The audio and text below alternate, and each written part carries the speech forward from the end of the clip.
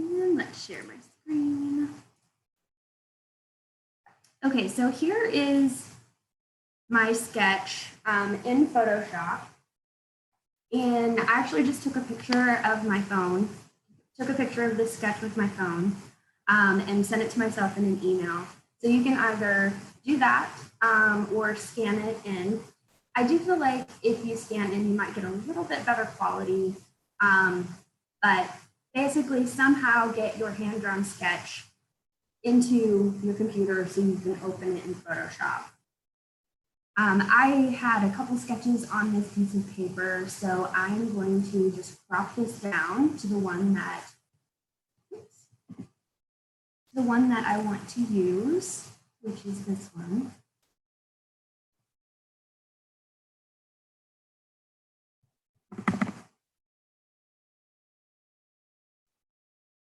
Okay, so just crop it down to the one that you want to use.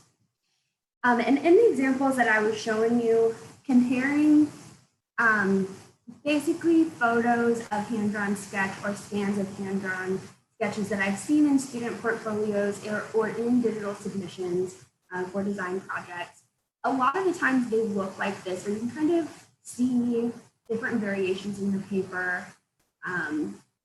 It's very obvious that this was either a photo or a scan of a piece of paper. So one way that we can get rid of the different variations in there is to desaturate the image. That's the first thing we're going to do. So we'll go to Image, Adjustments, and down here to Desaturate. And notice a very, very slight difference there. And basically what it does, it removes all of the pixels that have color and changes them to some grayscale somewhere between the scale of black and white. So it desaturates everything, removes all of the colors, because if we were to zoom in on a scan or a photo, there would actually be millions of tiny little colors in there. So desaturate removes all of that. Then to get this looking like a really nice, crisp image, we are going to adjust levels. So once again, Image, Adjustments, and Levels. And we're going to use this little histogram here. This divides everything in this image into something on the grayscale spectrum, from blacks to grays to whites. And if we move these little arrows here, you can start to see how it changes the image. So as I move the white arrow over here, the whites become brighter. And as I move the left little slider here, the dark colors become darker. I can also move the little middle slider here, which is the gray tones, and it helps to kind of lift some of those gray tones that you see in there. So you can kind of play around with this until you get it where you want it. You want your outline to be really nice and visible. That's kind of the goal. So I think I'm going to make the dark colors a little bit darker. And let's see. And looking down here, I need to make the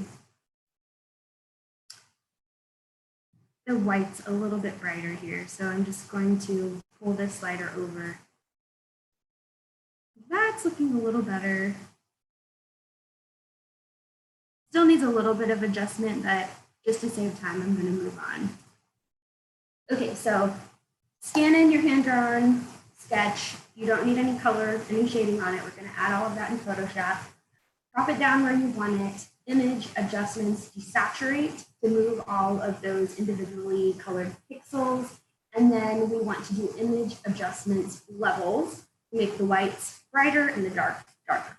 So get a really nice contrast that looks like this. And now at this point, you really can't tell, other than a little bit down here, that this was ever drawn on paper, although it still really looks like a hand-drawn sketch. Any questions so far?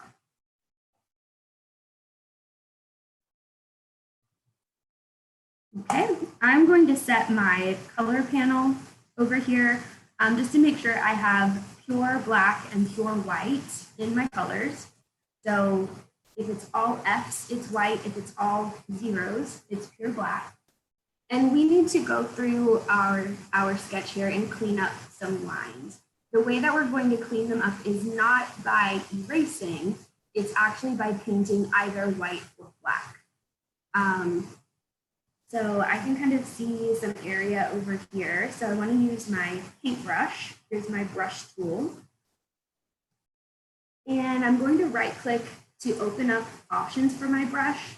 And I want to use a hard round brush as I'm erasing. Okay, so I'm actually painting with white and a hard round brush. And I can come through and kind of remove some of these imperfections. I'm not going to spend a super long time doing this once again, just to make this video not super long. But you'll want to come in and kind of clean up. And this is totally at your discretion. Depending on how kind of perfect you want your sketch to be is completely up to you, because that is kind of one of the charms of using a hand-drawn sketch, is that you do still have those nice little imperfections that really give your sketch some character. So you can choose how much to clean up or how much not to clean up, completely your preference.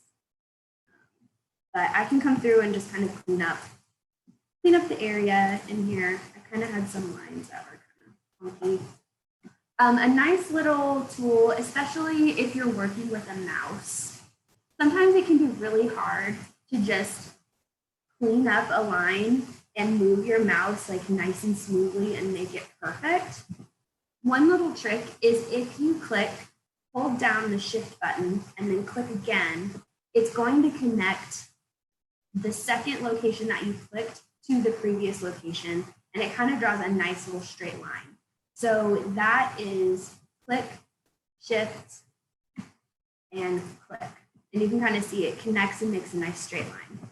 I will clean up this little area right here and show you again. So I'm using my brush tool, and I'm click, shift, and click. So instead of me having to hold my mouse as steady as possible or hold my fingers on my laptop mouse pad and try to make it as perfect and straight as possible, I can make a perfect straight line just by clicking, holding down shift, and clicking again. And I got rid of all of that really, really quickly without like having squiggly lines everywhere. So that is a great little tool that I like to share with students. So go through, clean up, erase anything, actually not erase with an eraser, but you're painting over it with a white hard round brush. So that's what you want to do, go through, clean up your sketch. Another thing that you also need to do is make sure that you close any lines that are open. Okay, so in this case, you would want to paint with black ink, because now we would be adding onto lines that may be open. This is not necessarily open, but it's kind of a little bit of an open space there. So same thing, I'm going to paint with the paintbrush, but I need to change the settings just a little bit so that my paintbrush looks like my pen lines on here. You can look through the different brushes that are available in Photoshop, but I have found that this one right here, it's in Dry Media Brushes, the Kyle Ultimate Pencil Card. It does a really great job replicating pencil, pen, and even some marker. It kind of makes it look a little bit more natural. So I'm just gonna close in some space here, and you wanna just go around the perimeter of your sketch and make sure that you don't have any openings. Because when we come to fill this in with color, if there is an opening in your outline, it's going to cause problems whenever we add color. So this little opening here, I'm just gonna close the earring over there. If a line is looking kind of too thin, once again, I'm doing the click, shift, click to make like a nice little straight line. And you can see how this particular brush makes a really nice kind of pencil, has a really nice kind of pencil look to it. So it looks like it was part of the original intent. I'm trying to remember if I had any other openings. You just go through and clean up your sketch a little bit. Once again, I'm using click, shift, and click to just do these really nice, quick, straight lines. Ooh, I do have an opening right here. So here's a good example. If you have anything that looks like this, like where there's a clear break in the outline of your illustration, this is where you definitely need to close it. So I'm just using my pencil brush and black ink to close that in. I think for the most part, I might have a couple little spots to clean up.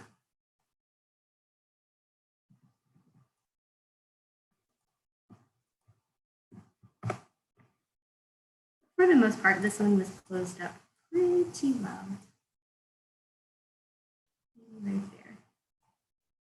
Okay. And that's a little opening right there. All right. So once you have adjusted the levels, you want to clean up lines on your illustration using paint. So you don't want to use the eraser, you want to use paint and your brush tool. You use white paint to erase anything that you don't want there, and use black paint with the pencil brush in order to close up any lines. Any questions about that? It's pretty simple. Yeah, I just want to make sure I understand. We're not using eraser because this whole image is one image. So it's just going to erase it completely, right? Like. Yes, so we actually need in later steps, we're going to set up some blending, layer blending modes here. And it requires our background to all be white. So if we use our eraser, we're actually like erasing background. Right. Once we unlock the layer. We're erasing background. And if we do that, the layer blending that we're going to apply to this is not going to work. Okay. That's why. You paint with white to erase. And then, of course, use the black ink to close in any outlines that might be open. Great question. Okay. So I've already kind of double clicked on this layer to convert it to, let me go back a couple steps here. Okay, so whenever you scan your image in or take a photo of it, most likely it's going to come in as a JPEG, possibly PDF format, and the layer is going to be locked. So you want to convert that from a background locked layer to a regular layer that we can actually work on. So I'm going to double click. It's going to bring up this box, and I'm going to name this layer Sketch and say, okay. So that will convert that to a layer that we can work on now, and we'll also unlock it. And now what we want to do is set up a separate layer for each component of your outfit.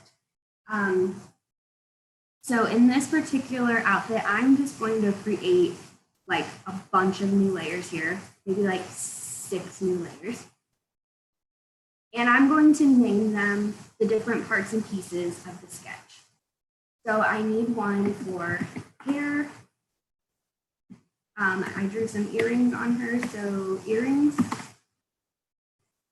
skin.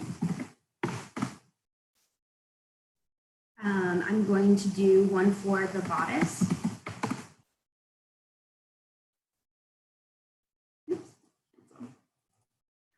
One for these little ruffles.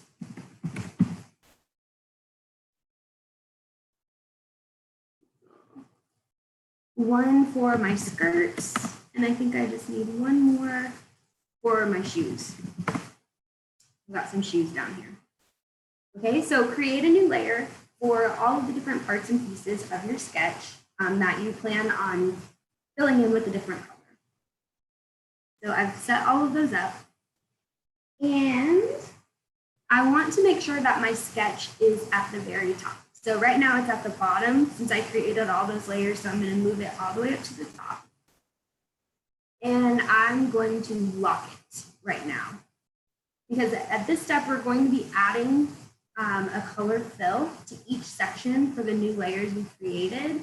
And I don't want to do anything on this sketch layer. So let's start with the shoes. If you intend to color a specific item in a solid color, you can go ahead and just pick whatever color you want. This is the little fabric swatch I'm using, so I'm just going to pull a nice color from here to use for my shoes. I'm on my shoe layer.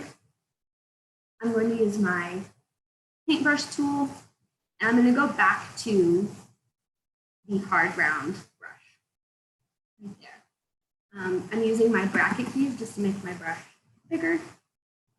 And it looks like nothing's happening. But something is actually happening. I did paint something here. And this is where the magic of blending modes really, really helps. Okay, so we don't want to actually do anything to mess with our sketch layer once we've cleaned it all up. We want to keep that intact so that we can change the different colors and elements or prints of the various parts of our sketch and make them interchangeable so that we can update them. So what we want to do is click on our sketch layer, and this little drop-down box is blending mode for the layer. The blending mode that you want to use is called multiply. What that's going to do, you can see what happened right here. That is going to make all of the white parts of our sketch layer transparent so that we can see all of the color and print that we're adding in the layers below it, which is why we don't want to erase the white. We want to paint white to get rid of anything that we don't want to see. So I'm going to lock it again. Now that the blending mode is multiply, I will be able to see everything that I'm painting on these lower layers. So I'm going to just continue painting. You don't have to be careful on the outlines, so the very outermost lines. You just want to be careful where certain elements, like the shoe right here, comes into contact with the skirt. So you can be pretty messy, which is kind of fun. I am going to fill my skirt and my bodice with a print. So I'm just going to pick a random color. Color those. Why not blue? Okay, so I'm going to color in the skirt, make my brush really big. Not that big. And I can color this in really quickly because I only really need to be careful down here where it kind of intersects with the skin of my sketch. Color all of this in. So it goes pretty quickly. And then I'm going to make it just a little smaller so that I don't run into my other layers here. You can also use click, shift, click too to make straight lines whenever you're painting this way, which can also save a lot of time.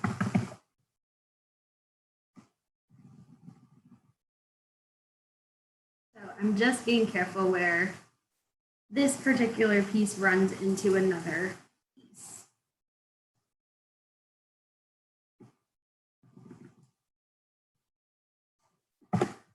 And then I've got a little bit left down here. I'm going to skip over, I'm not going to color in all of these layers just to save time.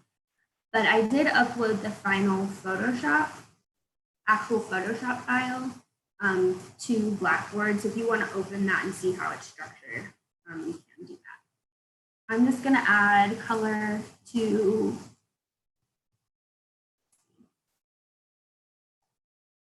the ruffles and the bodice, and then I'll move on from this step. Any questions while I'm coloring this in? Messed up a little bit. Maybe I'll do click shift click to get a nice straight line through here.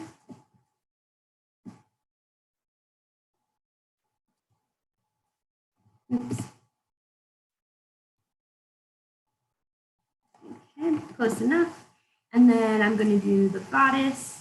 Once again, I'm going to be filling this with the print, so I'm just going to do like a random color.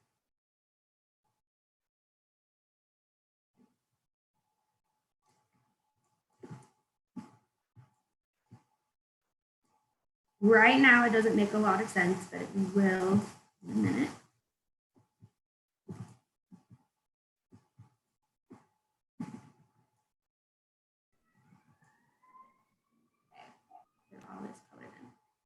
Okay, so I would continue this process. For the sake of time, I'm not going to, until all of my layers have some kind of color added to them, whatever your design preference is. Okay, so now we're going to go back to the sketch layer and unlock it.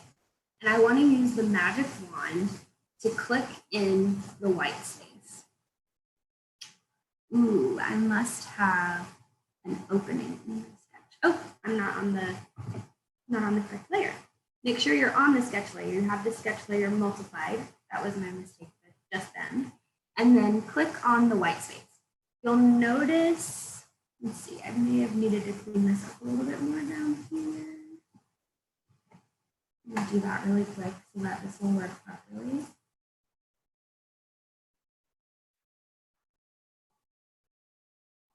I'm just cleaning up some of the gray space here that it doesn't want to pick up.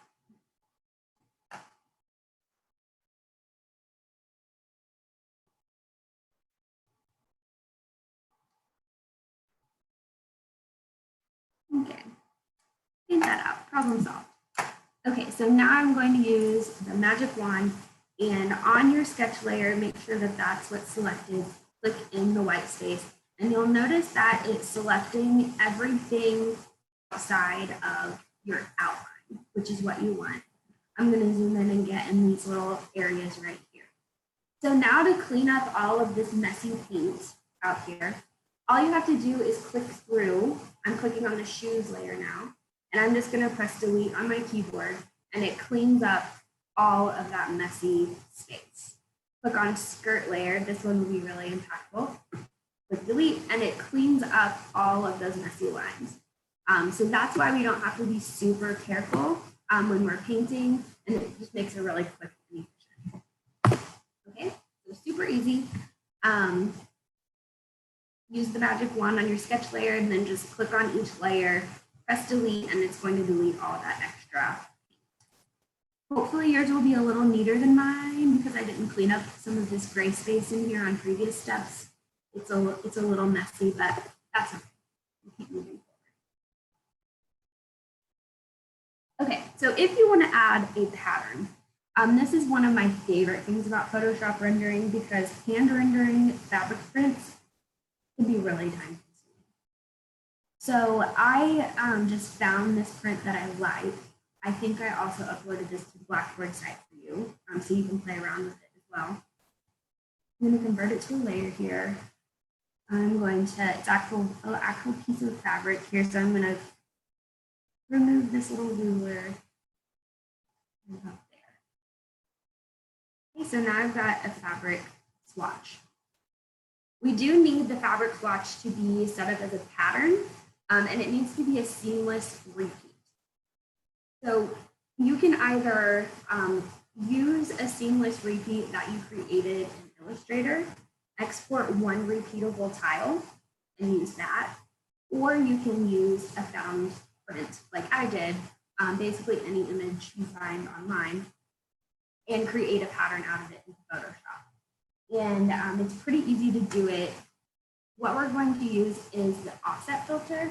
So we're going to go to filter. It's down here in other, and then click offset. And what this does is it takes the top and bottom border and the side borders, and it will shift them, zoom in here, it will shift them to the center of your canvas so that you can make this a seamless repeat. So using the offset filter, I shifted those to the center of my pattern swatch. And you just move these sliders to do that. But I kind of try to get mine, you can see like an X in the center here. And then go over to your selection tools and you want to use, you want to use your quick selection and you just want to select that seam that you can see. I'm just selecting where I can see that this would not repeat nicely. I would have like a crisp, noticeable edge in there. So I just selected that little area. And then I'm going to use Edit, Fill, and in the contents, I want to select Content Aware. I'm going to select Content Aware, click OK.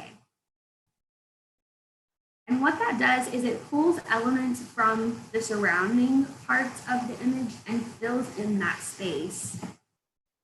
And it looks perfect.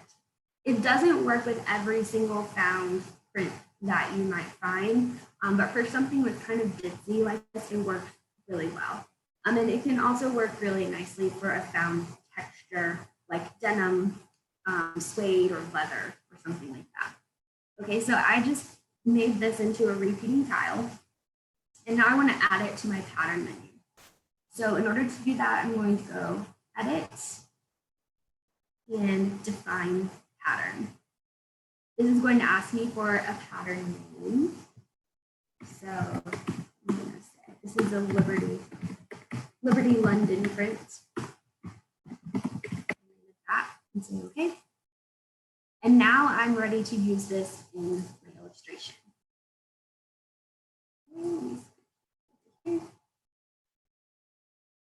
So I mentioned before that I was going to add that print to the bodice area of my sketch and to the skirt area of my sketch. So click on the layer that you want to add it. I'm on my skirt layer right now, the one that is filled with color. And I'm going to use my rectangle marquee and just draw a rectangle around the space approximately where I want to add this print. So there's the rectangle marquee. Then we're going to use this little icon. It's over down here in your layers menu. And I believe it's called the adjustment layer. So it creates an adjustment layer. Click that and you'll get this menu of options, and you want to select pattern. That's going to open this pattern menu where you can access any type of image that you've created a pattern out of. And this is, I've used this for example, but here's the one that I just created. So I'm going to click on that. While you're in here, you also have the option to scale. So if this came in and was just like really, really huge, I could scale it down. This, for example, maybe I scale it 50%. So you have a little bit of flexibility on the scale of your pattern as well. I'm going to keep this one at 100, like it, and say, okay. All right. So now we need to clip this shape onto the blue paint that we have painted under here. And we do that simply with a clipping mask. Really, really easy to do. I have my little cursor over here in the layers panel, and I'm going to hold down Alt on the keyboard. And you'll notice that my little hand pointing cursor, when I press Alt and I'm hovered in between two layers, it changes to this little icon, the square with the down arrow. And what that means is when I click in between these layers now, it's going to clip that print to the shape that I have under it. So it's just a quick way to make a clipping mask. Okay, so there's clipping mask. If I want to warp the print. Say I kind of want some movement here in the print. What I need to do is make sure that I convert my layer into a smart object.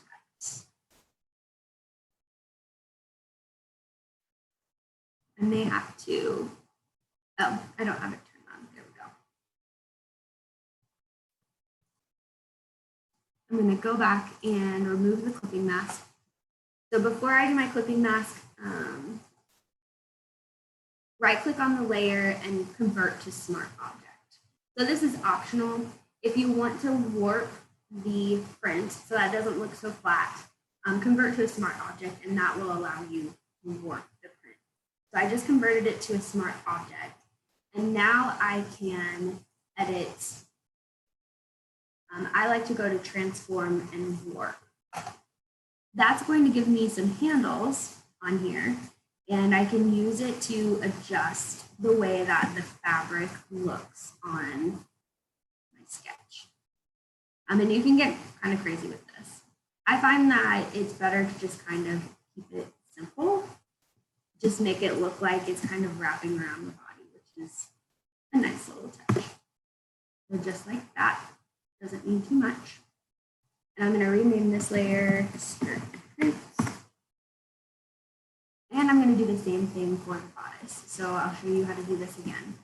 So I want to add the print also to the bodice. So I've selected the bodice layer. I'm going to use my rectangular marquee. Just click and drag, make sure covering the whole space. Click your layer adjustment tool, which is the little circle that is half black and half white. And click pattern. Select your pattern from your pattern menu. This is where it's important to remember if you scaled it or not. I didn't scale it, so I'm leaving it at 100%. And okay.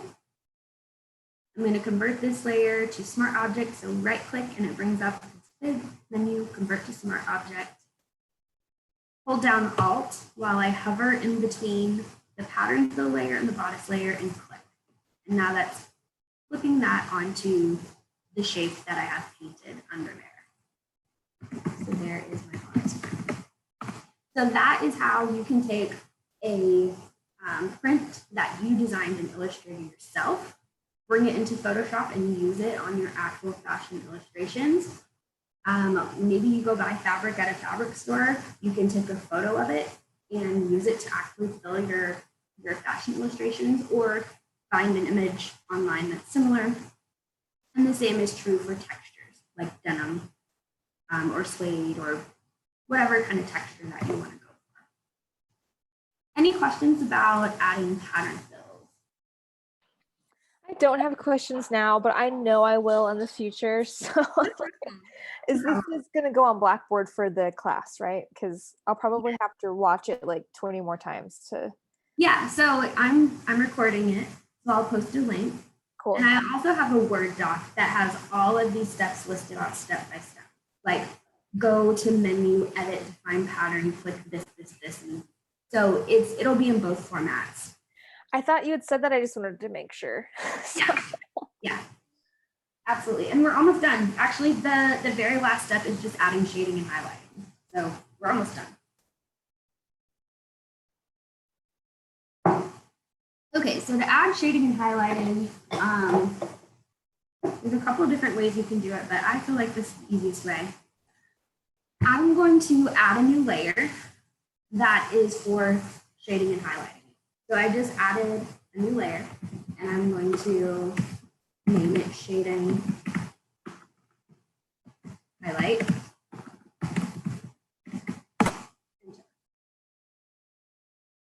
Okay, so this layer, we want to fill the entire layer with 50% gray. So we are going to select this whole layer, edit, fill, and in our contents, we want to select this 50% gray. So there it is, and click OK.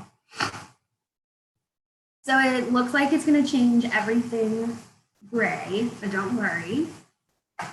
this is where our blending mode is going to make everything below this layer visible again. So the blending mode that we need to use on the shading and highlight layer is called soft light. And soft light is similar to multiply, except that it will erase 50% gray and make it transparent. So interesting little trick. You'll notice that it also changed everything in the background to be gray as well. If you don't want that to happen, come down to the very bottom layer, add a new layer, name it background. I am just going to fill with white for now, but you could fill this with any print, color, whatever background you want. But that will get rid of all of the gray. So it's just a layer filled with white. All right, back to shading and highlight. So now we're just going to use the burn and dodge tools to add shading and highlight. That is this little icon over here. You could have this as the top icon. So it could be the little hand or it could be this little lollipop that it looks like there. So we have burn and dodge. Burn is going to add shadows, dodge is going to add highlights. And whenever you select those, you can adjust the size of your brush and you can also adjust the exposure. And I kind of like to think about exposure very similar to opacity. It's going to increase the intensity of the shadow or make it less intense for the most part. I think default is 50%, which works pretty well. But if you find that it's not giving you enough contrast for the shadows, you can kind of play around with this. So I'm going to come in and kind of just add in some quick shadow. Make sure you're on your shading highlight layer. Kind of add in shadows where we would expect to see them on the outer edges of our garment here.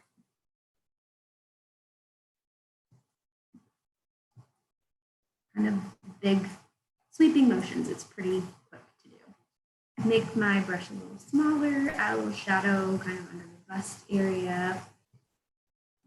I'll add a little bit of shadow to the style lines that I've pulled in here as part of my original sketch. I'm gonna adjust the exposure just a little bit.